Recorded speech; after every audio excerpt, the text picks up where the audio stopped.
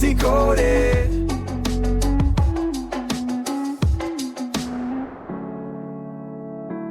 Welcome to this Book Decoded deep dive. Great to be here. So, have you ever felt like that standard path to success, the really loud, outgoing one? Yeah, the one everyone talks about. Exactly. And maybe felt it just doesn't quite mesh with your own quieter nature.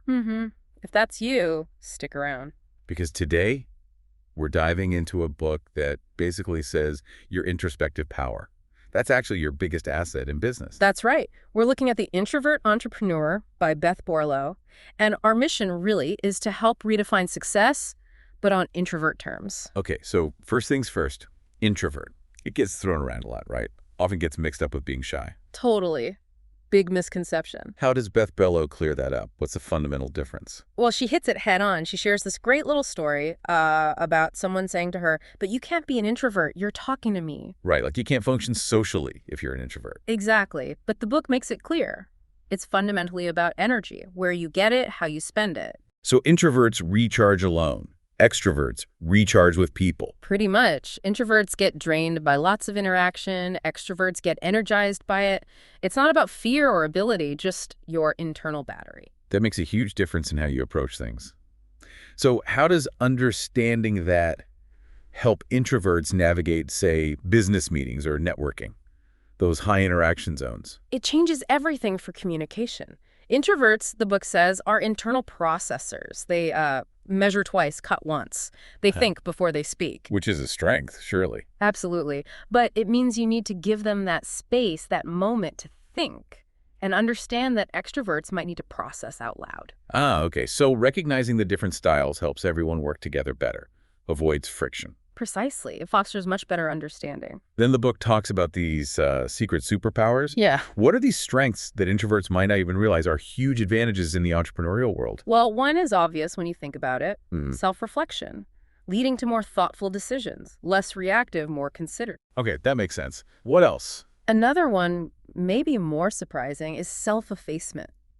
Humility. How's that an advantage in business? It seems counterintuitive. Well, Beth Buelow connects it to Jim Collins's work on Level 5 leadership. Ah, the good to great guy. Right. Those leaders weren't flashy. They had this blend of personal humility but intense professional will, focused on the company, not themselves. Quietly effective. So it turns the loudest is best idea on its head. Completely. It shows a different, often more sustainable path to leadership success. But okay, even with superpowers, there's fear. Big obstacle for anyone starting something new. The book kind of dismisses the usual just be fearless advice. Yeah, it calls that a temporary fix, like a sugar rush. It doesn't last. So what's the alternative? Acknowledge the fear. Don't fight it. Understand it. Beth offers this practical 4-step process for tackling FUD. That's fear, uncertainty, and doubt. Okay, how does that work? First, just list them. Get them out of your head. Then, crucially, reality check your assumptions. She gives her own example, like thinking podcast editing would cost a fortune. And it didn't. Nope, way less than she imagined. So you check the facts, then realize you have choices, always, and finally adopt what she calls a boat-hand perspective, move past limited thinking. Right, not just either. Okay. So applying this, what about networking? That classic introvert nightmare. Yeah, often dreaded. But the book says reframe it. Use your natural strengths. Like what? Deep listening, genuine curiosity. Introverts are often great at that.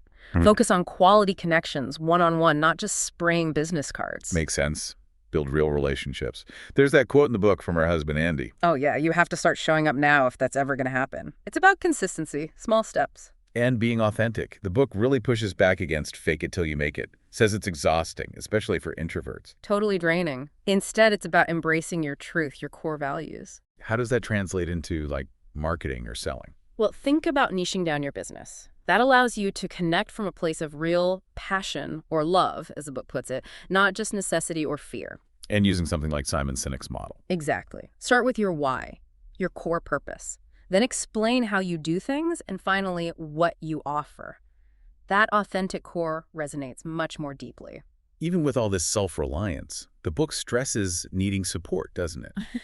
coaches, partners. Oh, absolutely. No one succeeds entirely alone. These support systems help you expand your capacity zone. Your capacity zone. Yeah, the mental and emotional space you have for challenges. Support helps you stretch that without burning out, and it stresses, technology is a tool, an accelerator. Not a replacement for real connection. Right. And ultimately, it's about defining success on your terms. Autonomy, mastery, purpose, not just chasing external validation. Which brings us to taking action, even if it's imperfect. Huh. The book uses a carnival game analogy. Yeah, like you got to take multiple shots. You won't hit the target first time, probably. It's okay. It introduces this idea from improv comedy. Accelerating failure. Accelerating failure sounds intense. It just means letting go of perfectionism. Take messy action. Trust that, as they say in improv, whatever comes flying out is going to be accepted. Just do it.